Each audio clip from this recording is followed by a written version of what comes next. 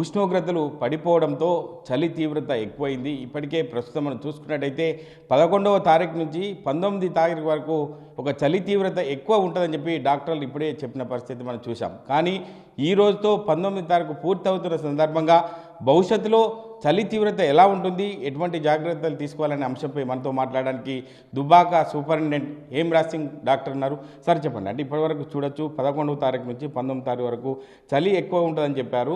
అంటే మిగతా రోజుల్లో ఎలా ఉండబోతుంది, ఏం చెప్తారు సార్? జనరల్గా ఈ చలి తీవ్రత అనేది కొంచెం ఈ సీజన్ మొత్తం కూడా తక్కువనే ఉంటుంది. అంటే 10, 11, 12 డిగ్రీస్ సెల్సియస్ రికార్డే అవకాశం ఎక్కువగా కనబడుతున్నది. ఈ చలికి చాలా జాగ్రత్తలు తీసుకొని అందరము ఉంటే క్షేమంగా బయటపడతాం ఈ సీజన్ అంతా. ఓకే, అంటే ఎటువంటి జాగ్రత్తలు తీసుకోవాలి? అంటే ప్రధానంగా చూసుకున్నట్టయితే వృద్ధులు కావచ్చు, చిన్నపిల్లలు కావచ్చు, చాలా ఇబ్బందులు ఎదుర్కొనే పరిస్థితి ఉంది కాబట్టి ఎటువంటి జాగ్రత్తలు తీసుకుంటే బాగుంటుంది అనుకోవచ్చు? అంటే ఈ చలికాలంలో మెయిన్గా ఏంటంటే మనకు ఆస్తమా రిలేటెడ్ సంబంధిత వ్యాధులు కొంచెం ఎక్కువగా ప్రబలే అవకాశం ఉన్నది.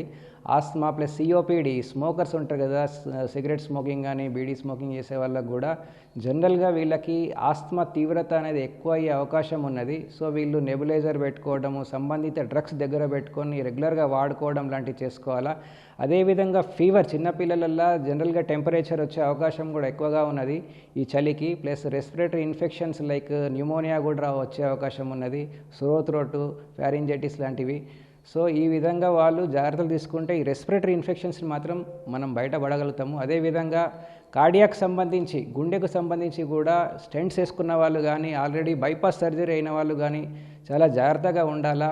చల్లనీళ్ళతో స్నానం చేయకపోవడము, వెచ్చగా స్వెటర్ వేసుకోవటము, మఫ్లర్ కట్టుకోవటము, లెగ్గింగ్స్కి ఉలెన్ సాక్స్ వేసుకోవటము, గ్లౌస్ వేసుకోవటం, ఉలెన్ గ్లౌస్ తోటి కూడా కొద్దిగా వెచ్చగా ఉంటే అవాయిడ్ చేసుకోవచ్చు. జనరల్గా ఏమవుతుందంటే ఈ కార్డియాక్కి సంబంధించి వెజల్స్ కన్స్ట్రిక్షన్ సంకోచించడం వల్ల వాళ్ళకు మళ్ళీ హార్ట్ అటాక్స్ రావటము, స్టెంట్స్ వేసిన వాళ్ళకు మళ్ళీ బ్లాక్స్ రావడము జరుగుతుంది. బైపాస్కి కూడా అదే రిస్క్ ఉంటుంది. సో మనకి కార్డియాక్ డ్రగ్స్ రెగ్యులర్గా వేసుకోవటము, ఇటువంటి పరిస్థితులు వచ్చినప్పుడు కొంచెం కేర్ఫుల్గా ఉంటే బయటపడే అవకాశం ఉన్నది మనకి. అంటే నేటి సమాజంలో మద్యం సేవించే మద్యం ప్రియులు కావచ్చు, చలి తీవ్రత ఎక్కువ ఉంటే మద్యాన్ని ఎక్కువ తీసుకుంటారు కాబట్టి అట్లా తీసుకోవడం వల్ల ఎటువంటి రోగాల బారిన పడే అవకాశం ఉంది. అంటే మద్యం ప్రియులకు ఏం చెప్తారు సార్? మామూలుగా మద్యం తీసుకోకపోవటం చాలా మంచిది. ఏ ఎక్స్పెరిమెంట్ స్టడీస్ చూసినా కానీ మద్యము తీసుకోకుంటేనే హెల్తీగా ఉంటాము. మద్యంకి బదులు మనం ఫ్రూట్ జ్యూసెస్ తీసుకోవటము, కొంచెం వెచ్చటి పానీయాలు తీసుకోవటం, వేడి పదార్థాలు తీసుకోవటము, అదేవిధంగా బయట ఫుడ్స్ తీసుకోకుండా హోటల్ ఫుడ్స్ అవాయిడ్ చేయడము, మంచి నూనె ఉన్నటువంటి పదార్థాలు చేసుకొని తింటే బాగానే ఉంటుంది. కొలెస్ట్రాల్ కూడా ఎక్కువ ఉండకుండా జాగ్రత్తగా ఉంటే మంచిది. ఈ మద్యం తీసుకోవటం వల్ల, దాంతోపాటు స్నాక్స్ అవి తీసుకుంటారు కాబట్టి జనరల్గా కొలెస్ట్రాల్ లెవెల్స్ పెరిగే అవకాశం ఉంటుంది. హార్ట్ కానీ వేరే ప్రాబ్లమ్స్ వచ్చే అవకాశం ఉంటుంది. మద్యం తీసుకోకపోవటం మంచిది. అంటే ప్రతిరోజు మీరు హాస్పిటల్లో మానిటరింగ్ చేస్తున్నారు, అంటే మీకు వచ్చేటువంటి కేసుల విషయంలో అంటే ఎటువంటి కేసులు వస్తున్నాయి సార్? ఎటువంటి కేసులు మీరు చూస్తున్నారు ప్రతిరోజు? ఇప్పుడు ఈ చలికాలం అయితే కొంచెం ఫీవర్స్ రావడం ఎక్కువ అవుతున్నది. General fevers, viral fevers, plus joint pains కూడా రికార్డ్ అవుతున్నవి.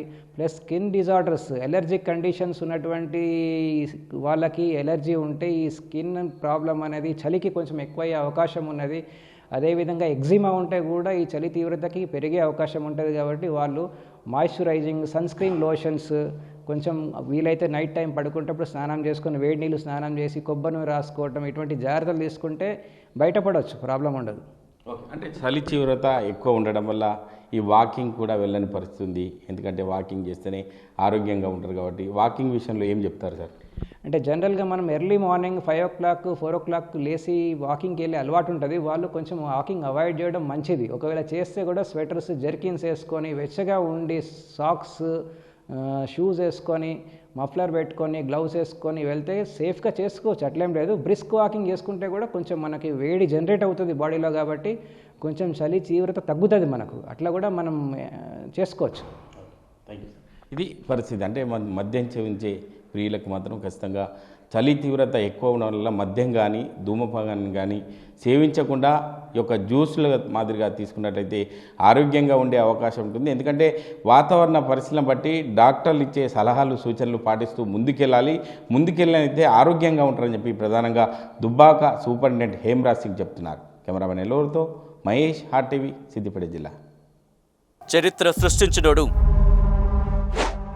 ఇప్పుడు ఆ చరిత్రని తిరగరాయబోతున్నాడు.